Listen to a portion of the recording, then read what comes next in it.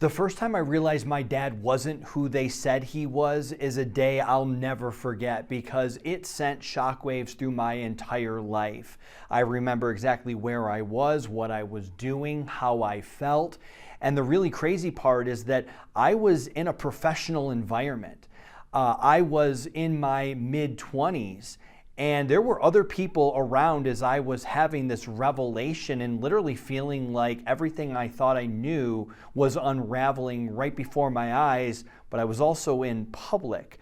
Now, before I share with you exactly what that was, it's really important to understand that as an alienated child, and any alienated child is constantly and repeatedly told lies. And every story, every narrative is about how you have the one good parent and then the one bad parent. And so an alienated child always believes, because of this repetitive brainwashing, the story and narrative against you, the alienated parent. But the really interesting part is that when someone else has the ability to give you a different perspective that cuts into the story and the narrative just even a little bit, it has the potential to unravel the story. It has the potential to say, wait a minute, if this one little thing is wrong, what else is wrong about that? If this one thing isn't true, or I get a different perspective on that thing and it's no longer true, then like a domino effect, it calls into question everything that the alienated child believes. And so that's what happened to me. I was always told that my dad didn't care, that him being a weekend dad, a Disneyland dad, that wasn't what it was all about. That you don't just have, these fun weekends. That's not what a real parent is. And that was constantly used to reinforce this idea that my dad should be discarded, should not be respected, should not be listened to, and generally tainting and poisoning everything that I believed about him because he wasn't a good parent. That's not what a real parent is. That's not what a real parent does. Of course, he was only working with the little limited time that he had, which is what was so important about this story that I wanted to share. So with that belief, years, months, decades of this belief, I am in my mid-20s sitting in a meeting with a client, somebody by the name of Joe that I really respected, an amazing guy, really talented at what he does, great character, just the really ideal person that you'd want to work with if you were in a client relationship. And so we're sitting here talking, and he says, yeah, I got my kids this weekend, and I'm really excited. He was a divorced dad. And I said, oh, that's really cool. And he goes, yeah, I'm trying to think of something fun that I can do because I only have a limited amount of time with them. And so when we're together, I want it to be fun and engaging. I don't want to just sit around and doing nothing. I want to maximize the time because, gosh, I love my kids so much. They're amazing. And he starts going on telling me more about his kids. But I'm like frozen thinking about, it was almost like, wah, wah, wah, wah. I couldn't hear anything else he was saying because I was so locked into my mind trying to find this balance because I thought, wait a minute, Joe is a Disneyland dad? Joe, who I thought I respected, he's telling me that on his parenting time that he just wants to do something fun. And so my first thought was, oh, maybe I misjudged this person. I instantly went to judgment because I've been brainwashed for so long that even as an adult, I just forgot to question it. It's just become my new normal.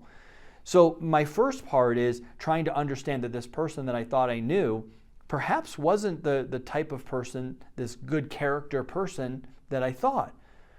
But then the next thought really connected with me. And this is the thought that really blew my mind. What he said made sense. What he said about, I only have a certain amount of time. I want to have a good time with my kids. I want to have fun and create an experience. And all the things that he was saying, I was like, yeah, that makes sense. Of course you'd want to do that. Of course you would want to spend time with your child and your children and let it be an experience that they're going to remember, that's going to uplift them, that's going to put smiles and laughter. And so as I was thinking about all the things that he said he was going to do on that weekend, my whole mind shifted. And I thought, that's right, that's true, that makes total sense. Joe is a good guy, Joe is a good dad, I respect him, and oh my gosh, what if that's my dad? What if my dad is a good guy, a caring guy? What if my dad wanted to take his dwindling time that we always had together and wanted to make it special, wanted to make it unique? What if that means that he is actually not this terrible parent that doesn't care, that didn't want to have time with me, that didn't want to care about what I wanted, or didn't want to care about being a real parent, but instead wanted to just be fun, which isn't a real parent, therefore I should discount him? What if everything that he was designed around actually making me have a good time, making our bonds closer, having our time to laugh? And so I'm starting to think back of all of those times that I was with him when I was a kid growing up, having fun, laughing, enjoying, golfing together, or vacations together, or just doing fun things, that I was made to feel like that was wrong for laughing, that was wrong for having a good time. That's not a real parent. And I thought, oh my gosh, I went through my whole life thinking this was bad, feeling guilty about laughing and having fun. And all of a sudden I'm faced with this realization that this was actually a good thing. This was designed with care and thought and love. And if that's the situation, and if that's what was really going on, not only is that a mind buster about who my dad is, but then it was, why would my mom and why would the regime, why would the rest of my family make it out to be bad? Why would they want me to feel sad? Why would they want me to feel like I didn't have a real parent? So all this is going on as I'm with this client and talking to them. And so I wanted to share this with you because the really important part that I have taken away from this, because you have to keep in mind at the time that I'm dealing with this, I've already cut my dad out. It's been 10 years since I've cut my dad out. So everything that I'm thinking about is not even something like, oh, well, I did say no to seeing him this last weekend. No. I'm in my 20s. I haven't seen my dad since I was, 15. So all of a sudden, I'm just, my brain is swirling. And so like I said, what I wanted to share about this is that even though the brainwashing, the indoctrination of your children is so repetitive and so strong and seemingly like it can't be undone, just like in my case, the littlest thing can start to unravel the story, can make your child question it. Now, maybe it's somebody on the outside, like this professional colleague, and also there are things that an alienated parent can do to just drop a little question, to create those little opportunities for the child to think about it differently than they ever have before.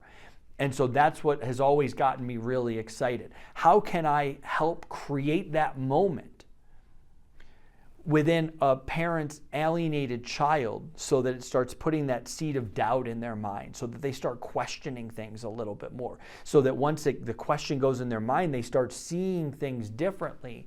That is what I love to do because I know how powerful it can be. I know how powerful self-discovery is. Not just believe this and stop believing these lies and start believing the truth. It's planting these seeds so that your child can discover for themselves. That's what happened to me. And of course, now my mission is, how can I do everything we can to accelerate that timeline, to plant as many seeds as possible so that your child can discover the truth about not only who you are, but also who's really causing the problems, which is the alienator. So if that is you and you'd like help, click the link below this video to get more information on how you can get help from me. But in the meantime, I hope you enjoyed, and I hope this was helpful for me to share this story with you. I'm Ryan Thomas, and I will see you on another video. Hey, it's Ryan Thomas. Thanks so much for watching. Please be sure to like and subscribe. It really helps the channel, and it also helps to spread the word. Be sure to watch other videos from this channel, and also check below this video for other resources and links to help.